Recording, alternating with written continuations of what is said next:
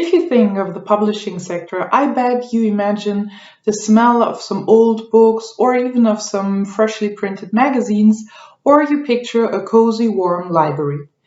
Well, of course, that's a very appealing scenery, but what happens if digitization and the publishing industries come together? That's what you will learn in today's episode of Culture Beyond COVID, where you will meet Jens Klingelhöfer, who is pioneering the publishing industries with putting forward digital ways of distribution, production, and consumption. So, a warm welcome, and the floor is yours. I'm Jens Klingelhöfer. I'm the CEO and the co-founder of Bookwire.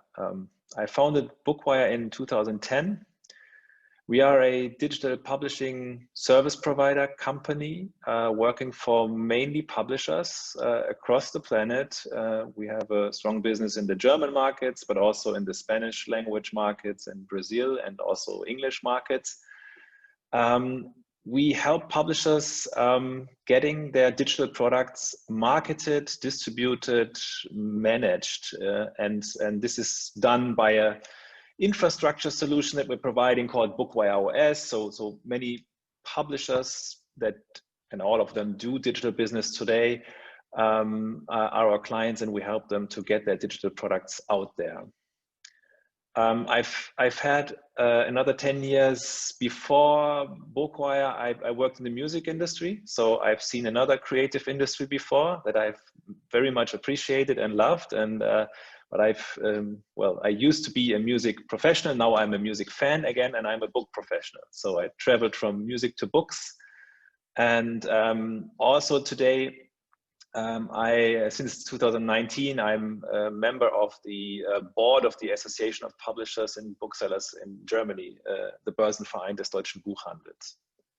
So I'm trying to help them to, get more digital in terms of their activities, because that's obviously my topic.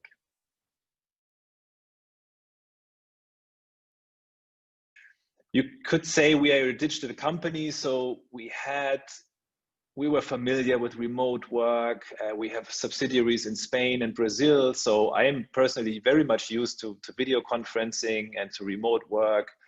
But nevertheless, it was pretty challenging because all of a sudden everything went digital. That means every social aspect of our life. And at the same time, our clients went mad because they were losing their physical business. Our stores were closed. So they were pretty much afraid of losing a lot of money and profit for the year, and maybe employees and so on. So it was a very dramatic situation for our clients. Luckily, this didn't turn out to be so bad because the stores were allowed to open again sooner or later in several countries. But we saw a big boost of projects coming over us that had been kind of slow or stopped in the past. So everybody wanted to accelerate digital business all of a sudden to make sure that they use every opportunity that may be opening up there. So we've seen a combination of things. On the one hand, an exploding digital business. On the other hand, a dramatic change in working culture. And I think that was pretty challenging for us as a company to deal with it, no doubt. And I think we were better prepared because we didn't have to adapt in terms of working culture so much, and in terms of technical infrastructure, everything was there and we were used to it. But moving everything to digital from, let's say, 20-30% digital to 100% digital, that was massive also for us. But I think that there's a lot of positive aspects that I can take away from this. I still have mixed feelings about it, honestly, because on the one hand, things have accelerated so much, and I've always been somebody saying the digitalization of the publishing industry has just started, and we have to be patient, and we have to keep on doing our work, and digital will become bigger and bigger and bigger. And digital doesn't mean just digital books, not only ebooks and audiobooks. It means the digitalization of the entire processes and marketing and finding your customers and so on. So this was boosted a lot. On the other hand, well, super many challenges to face, and so it's still exciting. I'm still traveling between those moods. On the one hand, super optimistic because we got this boost and things are possible now. What maybe would have needed another 5 years to happen. On the other hand, the social community aspect of our work it's very challenging now. And even though I said we've been a digital company and company with a modern working culture before, I see people, of course, losing contact to each other, and we are very much working on the social challenge of the situation, and I'm putting very much effort into that. That's not the solution. Certainly, is not to be 100% digital in working together. Definitely not. So when you have this, my company was founded as we were 2 people at the beginning. Now we are almost 100, and within 10 years. And this hasn't happened because we've seen each other on screens. This has happened because we've been together in rooms, motivating each other, working with each other. It's not the same at the moment. So that's a big challenge. And